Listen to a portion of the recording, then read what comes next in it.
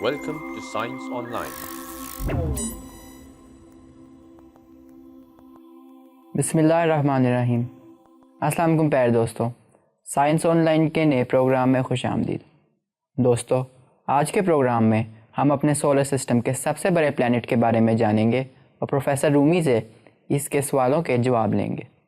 तो चलिए प्रोफेसर रूमी से बात करते हैं।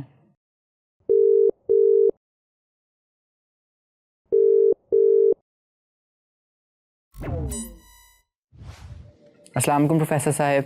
अस्सलामु अलैकुम मोविज़। प्रोफेसर साहब, क्या आप हमें प्लैनेट जुपिटर के बारे में डिटेल्स बता सकते हैं?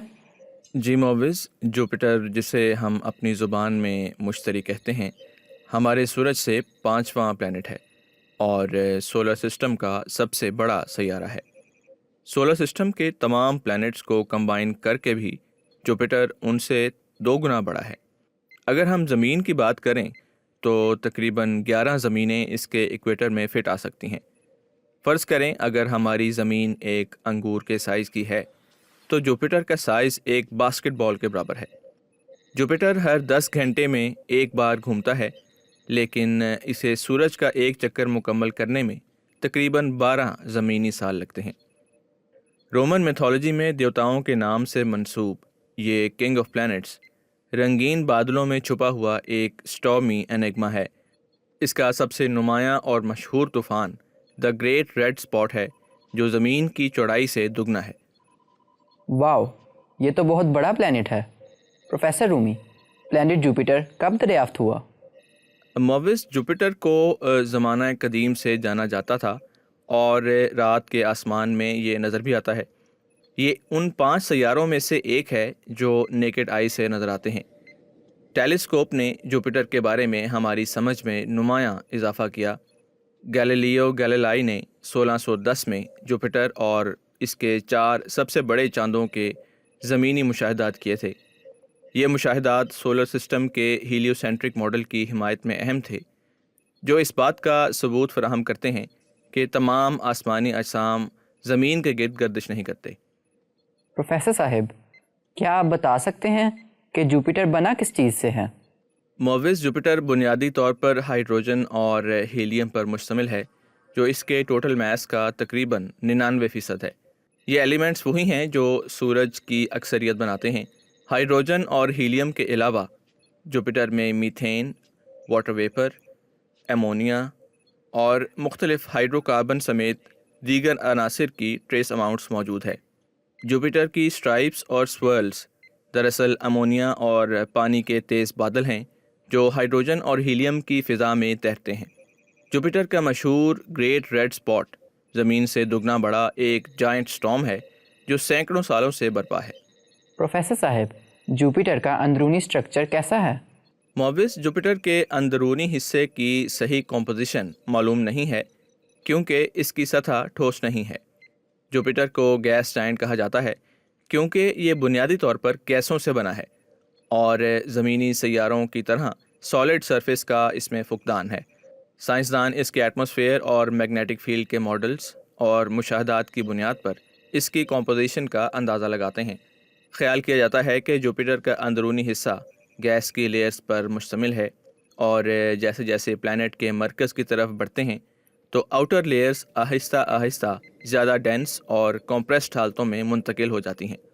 यह भी ख्याल किया जाता है कि जुपिटर के अंदर गहराई में हैवी एलिमेंट्स पर मुश्तमिल एक रॉकी कोर हो सकता है, लेकिन इसके मरकज़ की डिटेल्स साइंसी तहकीकात और रिसर्च का मौजू बनी हुई हैं। प्रोफेसर रूमी, जो हम कलरफुल बैंड्स जुपिटर के एटमॉस्फेयर में देखते हैं, उनका क्या सबब है?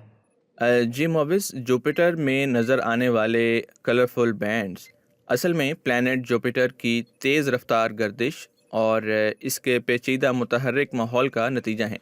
प्लैनेट का इक्वेटर पोल से ज़्यादा तेज़ी से घूमता है, जिसकी वजह से बादलों के अलग अलग बैंड्स बनते हैं और इनका रंग मुमकिन तौर पर माहौल में मुख्तलिफ कंपाउंड्स और एलिमेंट्स का नतीजा है।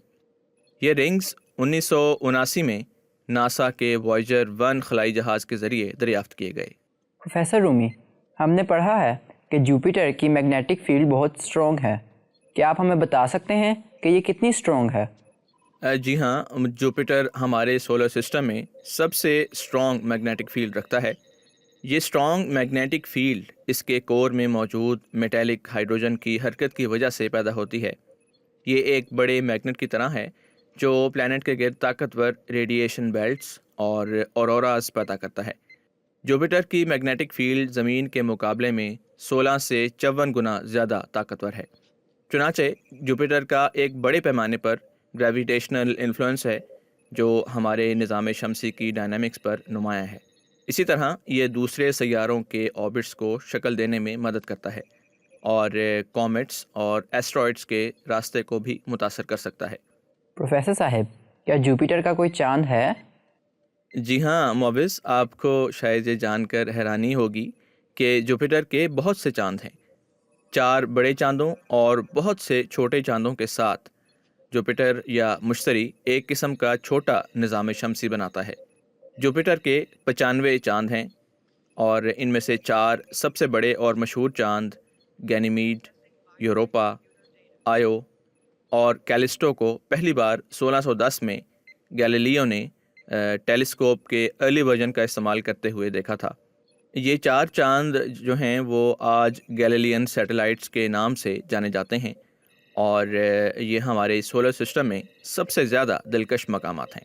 پروفیسر رومی، کیا جوپیٹر زندگی کو سپورٹ دے سکتا ہے؟